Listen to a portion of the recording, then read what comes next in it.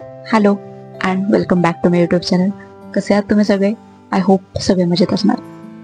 आणि काही टेन्शन असेल तरी अजिबात टेन्शन घ्यायचं नाही, कारण सगळ्या गोष्टी व्यवस्थित होतात. फक्त वेळ आणि काळ यायला लागते. तर त्या गोष्टी राहायला बाजूला, आपण जो मेन मुद्दा आहे त्यावर बोलूयात. तर एकदा काय झालं, मला माझ्या जे मोबाईलमध्ये फोटोज आणि व्हिडिओज होत्या त्या माझ्या लॅपटॉपमध्ये ट्रान्सफर करायच्या होत्या. तर मी खूप विचार करत होते आता मी ते कसं करणार, आणि मला एकदम इझिली ते ट्रान्सफर करायचं होतं. मला जास्त टेन्शन नको होतं, जास्त मला मेहनत करायची नव्हती. तर मी विचार करत होते आणि मी त्यानंतर सर्च केलं. सो एकदम बऱ्याच पद्धती त्यामध्ये होत्या, पण त्याच्यामध्ये मला एकदम सोपी पद्धत सापडली. ती म्हणजे आपण आपल्या चार्जरच्या केबलने, म्हणजे चार्जरचे चार्जिंग केबल आहे त्याच्याने आपण ते डायरेक्टली आपल्या मोबाईलमधून आपल्या लॅपटॉपमध्ये ट्रान्सफर करू शकतो. तर मी ते केलं आणि एकदम इझिली ते ट्रान्सफर झालं.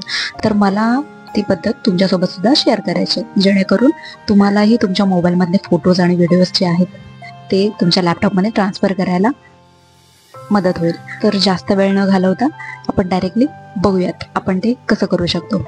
ओके, चला. तर फ्रेंड्स, तुम्ही बघू शकता की हा आपण आपला लॅपटॉप घेतलेला आहे. हा आहे मोबाईल आणि ही आहे चार्जिंग केबल, ज्याच्याने आपण आपले फोटोज ट्रान्सफर करणार आहोत. तर ही जी चार्जिंग केबल आहे ती आपण आपल्या लॅपटॉपला पहिलं कनेक्ट करून घेऊयात. सो आपण ही जी चार्जिंग केबल आहे ती लॅपटॉपला कनेक्ट केलेली आहे आणि दुसऱ्या बाजूने आपण आपल्या मोबाईलला सुद्धा ती कनेक्ट करून घ्यायची. तर मोबाईलला कनेक्ट केल्यानंतर तुम्ही बघू शकता की आपला जो मोबाईल आहे तो चार्जिंग व्हायला सुरुवात झालेली आहे.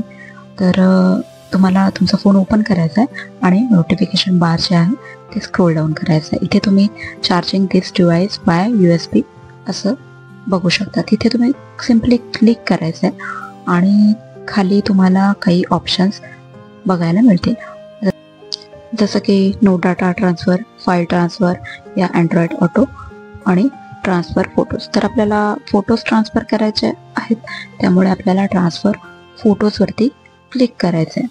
क्लिक केल्यानंतर तुम्ही बघू शकता आपल्या लॅपटॉपमध्ये इथे आपण ओपन इम्पोर्टला क्लिक केलेलं आहे. असं केल्यानंतर आपल्या लॅपटॉपमध्ये काही अशा प्रकारे आपला जो इंटरफेस आहे तो आपल्याला दिसेल. तर तुम्ही डायरेक्टली इथून सुद्धा आपले जे फोटोज आहेत ते कॉपी पेस्ट करू शकता, किंवा तुम्ही तुमच्या फोल्डरमध्ये जायचं आहे. आता माझ्या कम्प्युटरमध्ये आहे दिस PC, तो या फोल्डरमध्ये मी गेलेली आहे.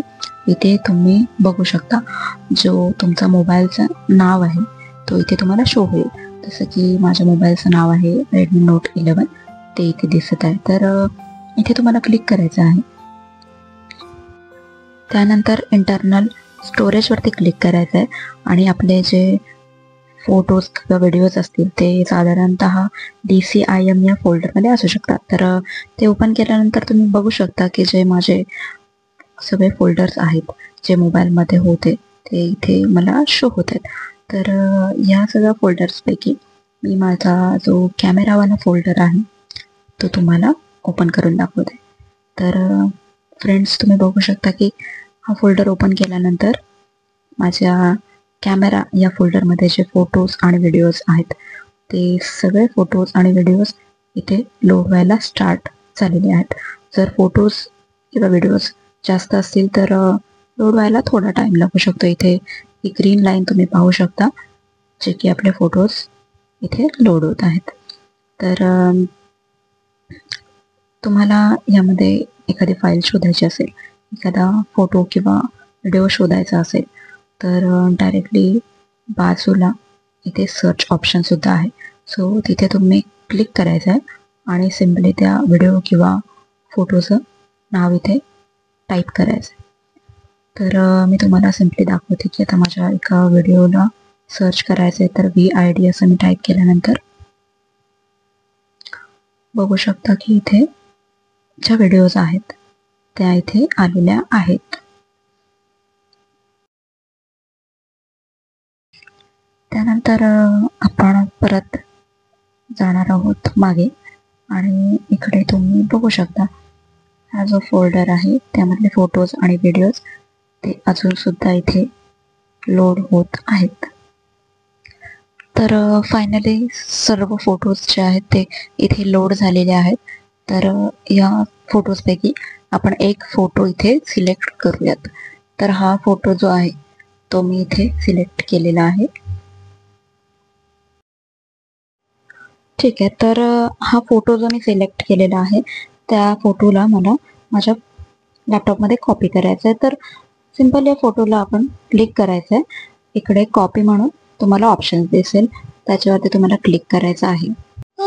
Ctrl+C करून सुद्धा तुम्ही तो कॉपी करू शकता. कॉपी केल्यानंतर तुम्हाला परत जायचं आहे बॅक आणि जिकडे तुमच्या PC मधल्या फाईल्स असतील तुम्हाला त्या फोल्डरमध्ये जायचं आहे. त्यानंतर कॉपी केलेला जो फोटो आहे तो मी माझ्या पिक्चर या फोल्डरमध्ये पेस्ट करणार आहे. तर ह्यामध्ये आपल्याला अजून काही फोल्डर्स पाहायला मिळत आहेत. तर आपण सिम्पली या फोल्डरमध्ये सुद्धा तो पेस्ट करू शकतो किंवा आपण डायरेक्ट इथे क्लिक करून पेस्ट करू शकतो. इथे पेस्ट केल्यानंतर हा जो आपला फोटो आहे तो आपल्या लॅपटॉपमध्ये कॉपी झालेला आहे. तर आता इकडे तुम्ही बघू शकता हा जो फोटो आहे तो आपल्या लॅपटॉपमध्ये कॉपी झालेला आहे. तर अशा प्रकारे तुम्ही एकदम सोप्या पद्धतीने एक चार्जिंग केबलच्या मदतीने आपले फोटोज लॅपटॉपमध्ये ट्रान्सफर करू शकता. आता ही केबल तुम्हाला डायरेक्ट डिस्कनेक्ट करायची नाही आहे. तर तुमचं नोटिफिकेशन बार ओपन करायचं आहे, परत त्यावर क्लिक करायचं आहे आणि तुम्ही इकडे पाहू शकता नो डाटा ट्रान्सफर, तिथे आपल्याला क्लिक करायचं आहे. तर त्यानंतर जी तुमची केबल आहे ती डिस्कनेक्ट होऊन जाईल. तर पाहिलं किती सोप्या पद्धतीने आपण आपले फोटोज आणि व्हिडिओज आपल्या मोबाईलमधून आपल्या लॅपटॉपमध्ये एका चार्जिंग केबलने इझिली ट्रान्सफर केले. तर तुम्हाला जर हा व्हिडिओ आवडला असेल तर प्लीज लाईक करा आणि माझ्या चॅनलला सबस्क्राईब सुद्धा करा. आणि हां, लाईफमध्ये टेन्शन अजिबात घ्यायचं नाही, सगळ्या गोष्टी व्यवस्थित होतात, फक्त वेळ आणि काळ यायला लागते. तर ओके, भेटूयात नेक्स्ट व्हिडिओमध्ये. तोपर्यंत बाय अँड टेक केअर.